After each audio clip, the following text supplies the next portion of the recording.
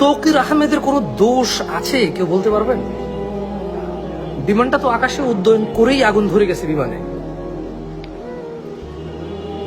একটা বাসের ড্রাইভার যদি 120-30 গতিতে বাস চালায়, সিগারেট টানে, মদ খায়, ডানে তাকায় বামে তাকায়, বান্ধবীর সাথে মোবাইলে কথা বলে, অ্যাক্সিডেন্ট হইলে আমরা বলবো বাসের ড্রাইভারের দোষ।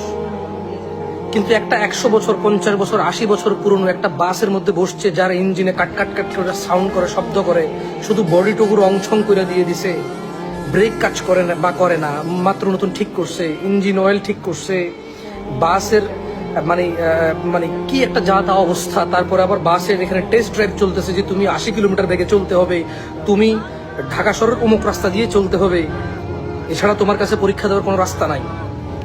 বাস ড্রাইভার যত সতর্কই হোক, যদি ওই বাস চালানোর সময় যদি বাসের ইঞ্জিনে আগুন লেগে যায়, 100 বছর আগের বাস, 50 বছর আগের বাস, যার ইঞ্জিনের ঠিক নাই, যার ক্যাপাসিটরের ঠিক নাই, যার ডায়নামোর ঠিক নাই, তাহলে বাস ড্রাইভারের দোষ কিভাবে দেবো আমরা? রাষ্ট্র ছোট্ট ছোট্ট কোমলমতি অনেকগুলো ভবিষ্যৎ হারিয়েছে তা না, রাষ্ট্র বর্তমানও হারিয়েছে। এ রাষ্ট্র যে ভবিষ্যৎ হারাইছে তা না। বাংলাদেশে কতজন পাইলট আছে? একটা তৌকির আহমেদ হতে তো অনেক সময় লাগে। এমন ছেলে যে দেখেছে বিমানে আগুন লেগেছে, নিজে ইজেক্ট করে নাই, বের হয়ে যায় নাই, মাথায় নিজের জীবনটা আসে নাই। এ ধরনের উদার কতজন মানুষ রাষ্ট্র এই বাংলাদেশে আছে? বাংলাদেশে কয়টা ছেলে আছে যে বিমান পড়ে যাবে, সে বেরিয়ে যাবে ওখান থেকে, বাট সে ইনস্ট্যান্ট বের হয় নাই। তো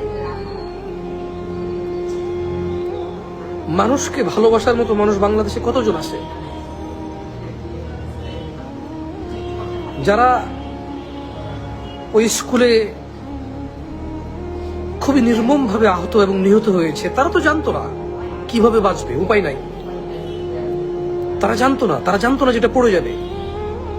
যখন বিমানে আগুন লাগছে, তৌকির আহমেদ তো এটা জানতো, এখান থেকে কিভাবে ইজেক্ট হয়ে বের হয়ে চলে যাওয়া যায়। তৌকির আহমেদ নিশ্চয়ই এই ট্রেনিং পেয়েছিল, সে চেষ্টা করেছে যাতে কোনো জনবহুল এলাকায় না পড়ে, হয়তো আল্লাহু আলাম, আল্লাহ ভালো জানে।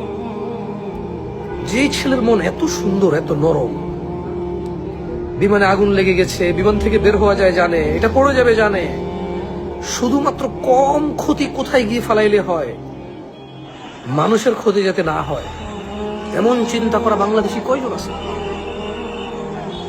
ছোট ছোট বাচ্চাগুলো তো জানতো না how to save there selves. তারা জানতো না যে কিভাবে আমরা বাঁচবো।